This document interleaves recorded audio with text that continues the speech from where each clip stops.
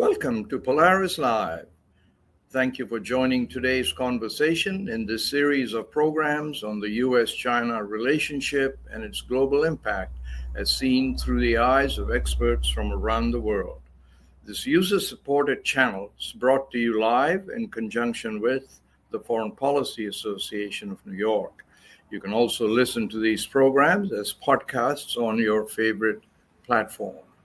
This is your host, Sarwar Kashmeri, and my guest today is Mr. David Lin, Senior Director for Future Technology Platforms at the Special Competitive Studies Project.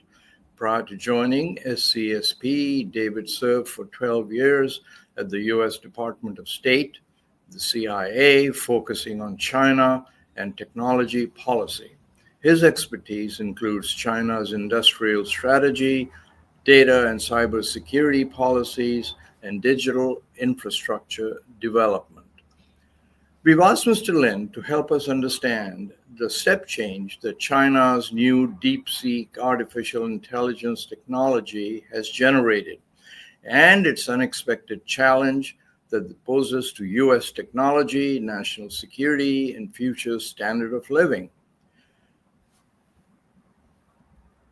I want to say that during the government tenure, David led multidisciplinary teams providing analytic support to high-level China, U.S. policymakers, and served as an economic officer responsible for the tech portfolio at the U.S. Consulate in Shanghai. He joins us from West Virginia. Welcome to Polaris Live, Mr. Lin.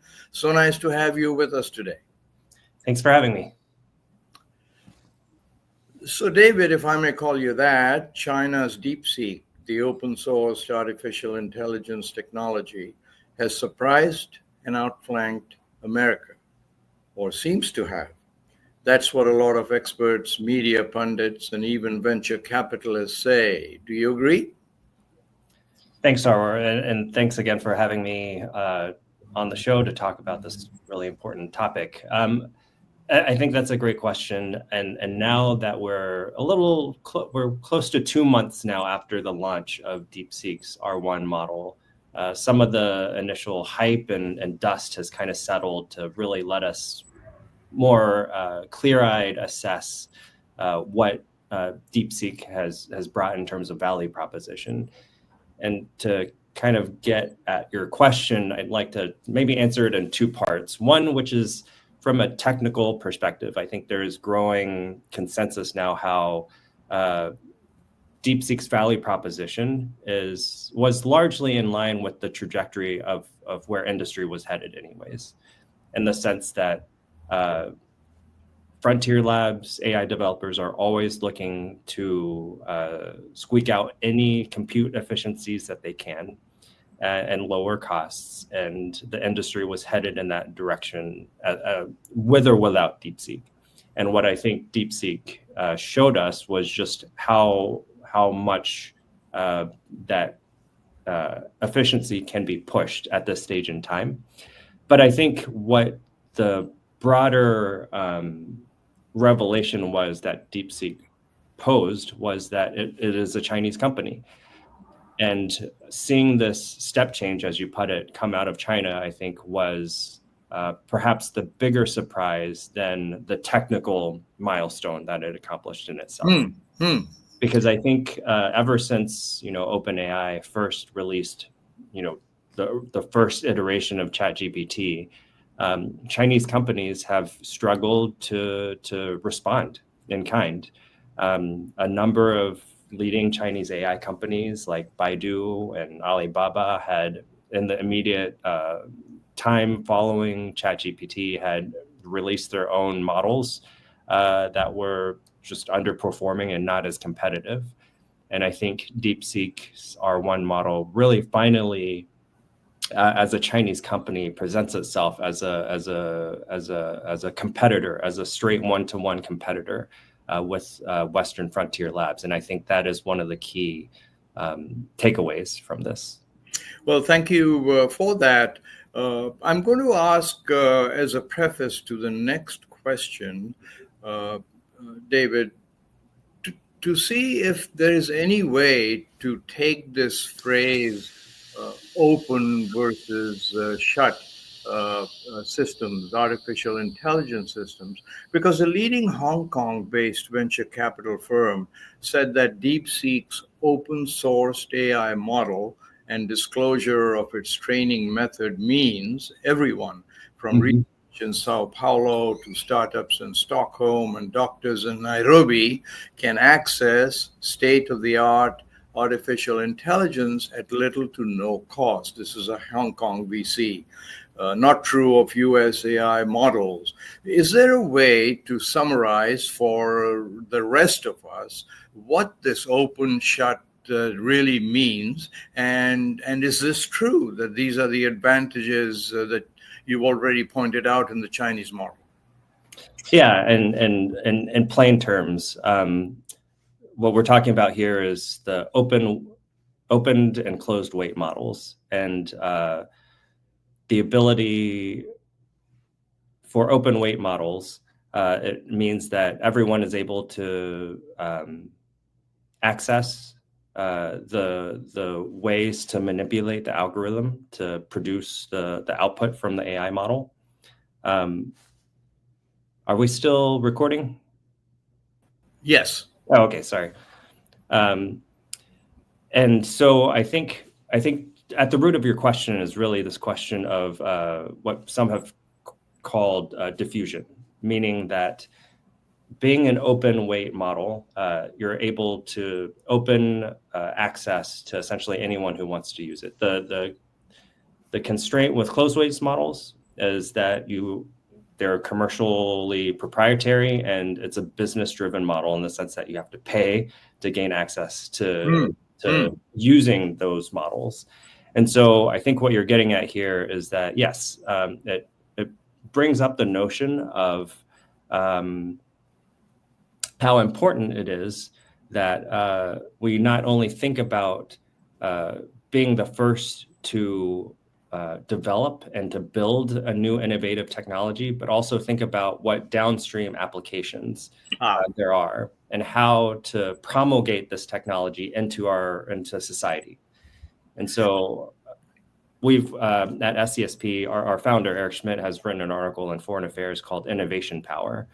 And in it, he posits this idea that innovation power is not only a nation's ability to invent a technology, but a nation's ability to both adopt and adapt to that technology. And I think your question really gets to the adopting and adapting piece of that equation. Yes. That it's not only important to invent something, but you have to promulgate it through your society to use it. So well, thanks very much. Thanks very much, because you've taken something that's very important but very difficult to understand and put it in layman's terms. So I really appreciate that. But is DeepSeek then putting pressure on the US giants to follow the Chinese open source AI models, David? Yeah, and I think that's a really good and valid question. And even, Sam Altman, the founder of OpenAI, has come out to say that he is reevaluating OpenAI's own approach to large language models because he doesn't want the company to be on the wrong side of history, as he said. And so, yeah, I think DeepSeek and many companies have now adopted DeepSeek's R1 open source model and started using it themselves. And to see, again, what kinds of efficiencies and compute efficiencies they can gain from the model for their own AI development. So yeah, I think it's this whole discussion has really elevated the importance of open source weights or open weighted models.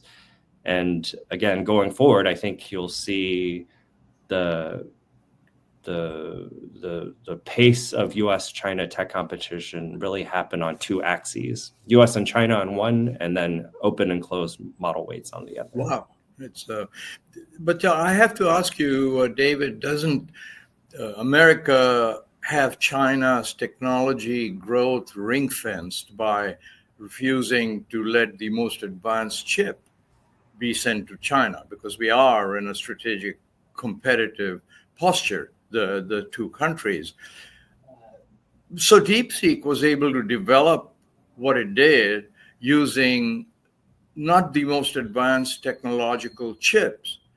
So does that mean that the policy, the American policy to ring fence China's growth is not working? You've spent a lot of time dealing with security issues. So what do you say to that? Well, I think it's unclear whether or not DeepSeek was able to gain access to the latest cutting edge AI chips. I think there's evidence to show that there was some smuggling involved, and they did have stockpiles and access to both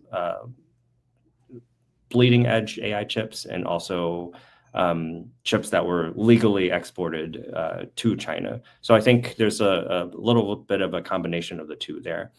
But to your broader point, I think DeepSeek's founder said himself that his biggest constraint in China from building the leading model was not constraints in finances or investments, was not constraints in talent, but in fact it was constraints in access to the leading AI chips imposed by U.S. export controls.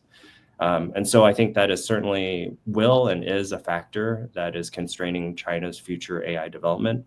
And I think that is also a testament to how U.S. export controls cumulative or at its highest level are working and constraining China's AI development. That is not to say there aren't loopholes, there aren't circumvention techniques, and that there aren't some leakage in the export controls. But on the whole, I think it's fair to characterize that the export controls do appear to be working. Now, we were all on the outside. Obviously, you're intimately connected with the technology and the policy making and so on. A huge surprise.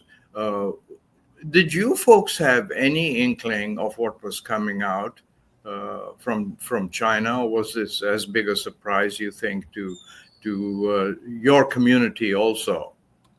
I think close AI watchers will say that DeepSeek and its investor High Flyer Capital have been on the radar for at least the past 10 months or so. And so they weren't unknown quantity, but they are certainly a newer entrant to the AI ecosystem.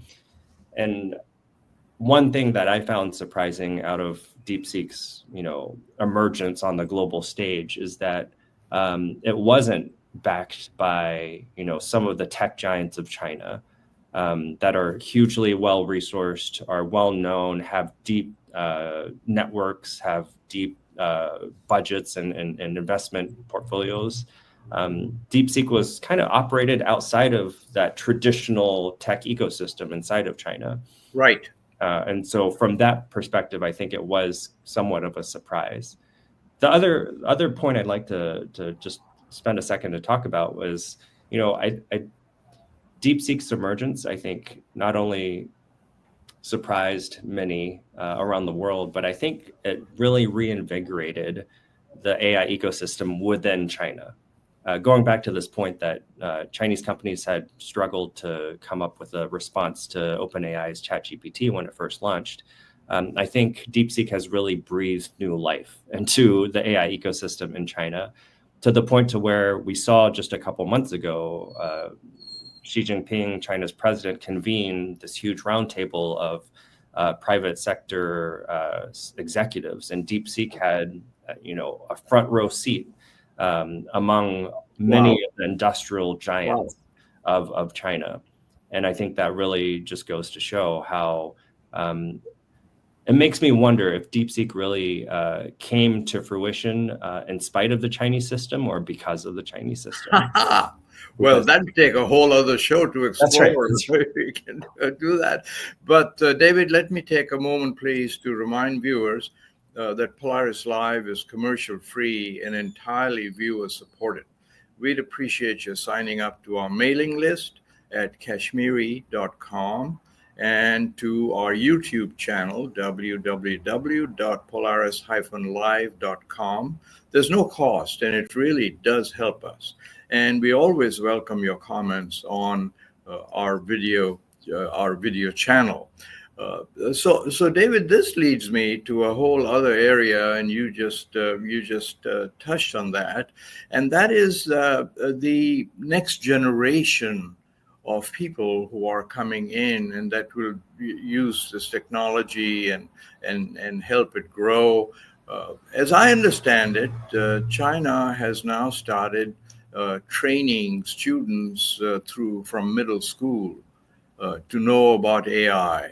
And they've moved the application of AI all around the country because it's a centralized government. They have, more flexibility in doing that. So hospitals, manufacturing companies, universities, all of them are starting. What is our national security to the best, our national policy in this regard to the best of your knowledge, and where would you like to see some changes made? I think maybe I'll dwell on the last part of your question, which is, I think, and your question, I think, is in reference to just, again, this idea of adoption of AI technologies throughout society. I think one area where we, SCSP as an organization, are trying to push is in the area of government adoption of some of the latest, greatest, newest emerging technologies, because government, as history has shown, used to be the center of gravity for where novel technologies were invented. But over the decades, that center of gravity has shifted to the private sector. And in the meantime, government has become a laggard in adopting these new technologies.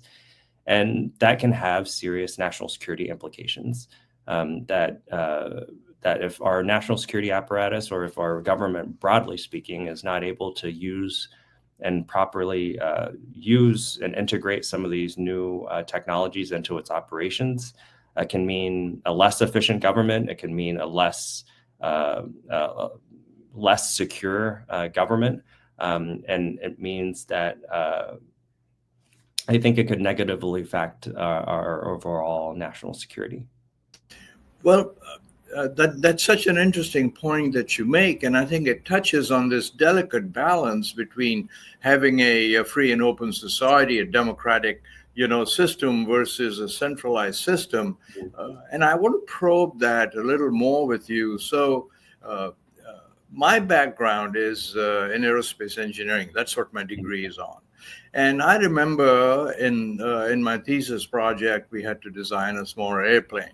And NASA, a government agency, had done enormous amounts of research with airplanes' wings. And so when you designed an airplane, you could go to a handbook that was created by government money, and you could pick the different airfoil shapes and so on, depending on what you were trying to do. And you're touching on that, aren't you, David, when you say that there is this need for some kind of centralized government resource to help propagate this into society and into applications. Is that the point you're making? I think, I don't know if there necessarily needs to be like a government-owned entity, but there has to be government intervention here to make sure that the technology is accessible to everyone across society, right? Like, so using the AI as an example, AI requires a lot of compute power. Compute power requires a lot of energy. A lot of energy requires a lot of money to access. So right. Cumulatively, you need to be you have to have a lot of funding to have compute time using the latest and greatest computers and latest and greatest AI models.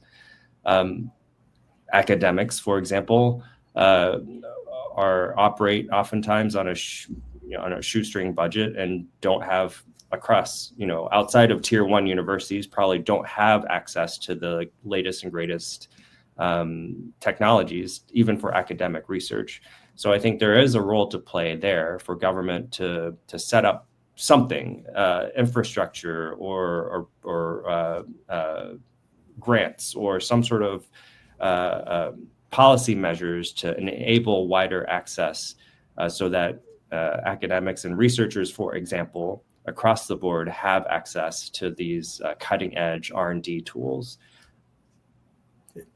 But I mean, extending what you just said a little bit, we can take NASA, right? I mean, they were doing research and they were using government money to actually launch rockets into space. The former is, I think, what you're alluding to, right? That maybe there doesn't need to be that kind of tight control, but maybe a place where government takes money and said, listen, we need to do research in X, Y, and Z. And so we're going to incentivize, fund these organizations versus the government's going to just touch on that, will you? I know I'm pressing you on this, but I think it's really important because part of the point that the venture capitalists are making is because DeepSeek is an open model, it's going to be much easier for the Chinese government to propagate it throughout society than it'll be for our quote unquote closed models. Yeah, and I think there is something to be said about how R&D, and it shouldn't only be the leading edge R&D should not only be happening in top performing companies and corporations. Right. And we need to empower academic institutions that are less driven by, return on investments, less driven by quarterly revenue generation to try to push and break through the scientific and technological frontiers. And so there is definitely, again, a role for government there to play there to ensure that not only are the frontier models pushing the edges of discovery and scientific discovery, but also empowering other institutions, such like academia, for example, to really reach for those boundaries as well. Boy, it's not easy, is it, to take on and compete with a very centralized government and strike that balance between an open society and free enterprise in the US, Yes. but still have some support for the basics of research. It's definitely a delicate balance. Yeah. Right? Now, listen, a critique of globalization, right, is that government policymakers, David, did not do enough to understand that when you move manufacturing of old-fashioned things outside the country, you are going to displace a lot of workers. And how should that societal problem be handled? I know your company is doing work to make the technology make it more understandable and so on, but isn't the same issue going to arise with artificial intelligence application? Because even today, people are saying reporters are now obsolete. So-and-so is now obsolete. What do you think about that? And how should government handle it? And I would like, if you don't mind, take a moment or two and explain how involved your company is in that. No, yeah, absolutely. I think with any technological change, there will be disruptions to the labor force and the workforce. We saw this with electrification. We saw this with the early days of the internet with digitification, and we'll see this with AI as well. But I think it's important to view AI as a way to increase productivity and enhance our productivity and augment our productivity. And not something, or make sure that the workforce is positioned to embrace AI as an augmentation and not a displacement. Coincidentally today at SCSP, we're launching our partnership with Coursera, which is an online educational platform where we're aiming to help federal workers, government workers, get smart up on AI and the latest on what AI can do to help government do their work, and also upskill federal workers to make sure that they're aware of all the tools that AI presents before them and use it as an opportunity. And so that's a program we're launching today. We'll have tens of thousands of licenses to give to government workers. And we can make sure that you guys have the link so that your listeners who are working in federal government right now can certainly take advantage of this new program that we're launching. Oh, we'd be privileged to help you push that out as much as we possibly can. Uh, and as we run out of this conversation time, I did want to ask you, one of the concerns people have with AI is that this is artificial intelligence. Just the name itself conjures up all kinds of scary ideas. But privacy is one of those things that people say. Do you think there's a need for more international collaboration in the future development of AI? Obviously, we can't let national security guard down, anything like that. But would more international collaboration help people feel more comfortable with the technology? Yeah, technology recognizes no borders, right? And I think as we approach what is called artificial general intelligence, which is this the idea that AI will able to essentially take over or emulate a high percentage of human functions. And there's a lot of debate over what specific percentage that is. But as we start to approach AGI, or artificial general intelligence, where the AI becomes so sophisticated where it can emulate human functions, I think it's even more important to make sure that we have these kinds of international conversations to at least get a better understanding about how each nation is approaching AGI, and making sure that we're both implementing from a nation state perspective the right policy measures to both promulgate AGI, but also establish the right safeguards to make sure that, to protect ourselves against AGI going awry, and making sure that those safety and security measures are in place. So I'm going to, as we run out of time, David, give you a few minutes to just talk about the difficulties of taking this enormously complicated technology and moving it into the realm of policy making. It's kind of a blue sky question, but I really would like if you could address that. How do you guys do this? Yeah, that's a really good question. And I think one, and we were talking about this briefly, is just making sure that policymakers have a clear-eyed understanding of what the technology is, be it AI or quantum or fusion or whatever other technology. There is still a knowledge gap, I believe, between what industry is building and what policymakers are regulating. And so just making sure that there's this gap, that we try to bridge the gap in understanding between the two, because policymakers are not always technically savvy to fully understand the ins and outs of technology. Technologists, on the other hand, aren't always fully geopolitically savvy to know the ins and outs of, the state of US-China tech competition, or just the tech competition and geopolitics writ large. And so we need to make sure that these two communities understand one another, because now more than ever before, as we've talked about throughout the course of this conversation, these novel technological innovations have broad brush implications downstream that can affect, a nation's ability to carry out diplomacy, a nation's ability to advance its economy, has military intelligence implications. Technology is no longer, if it ever was, insulated from these kinds of things. So just making sure that these two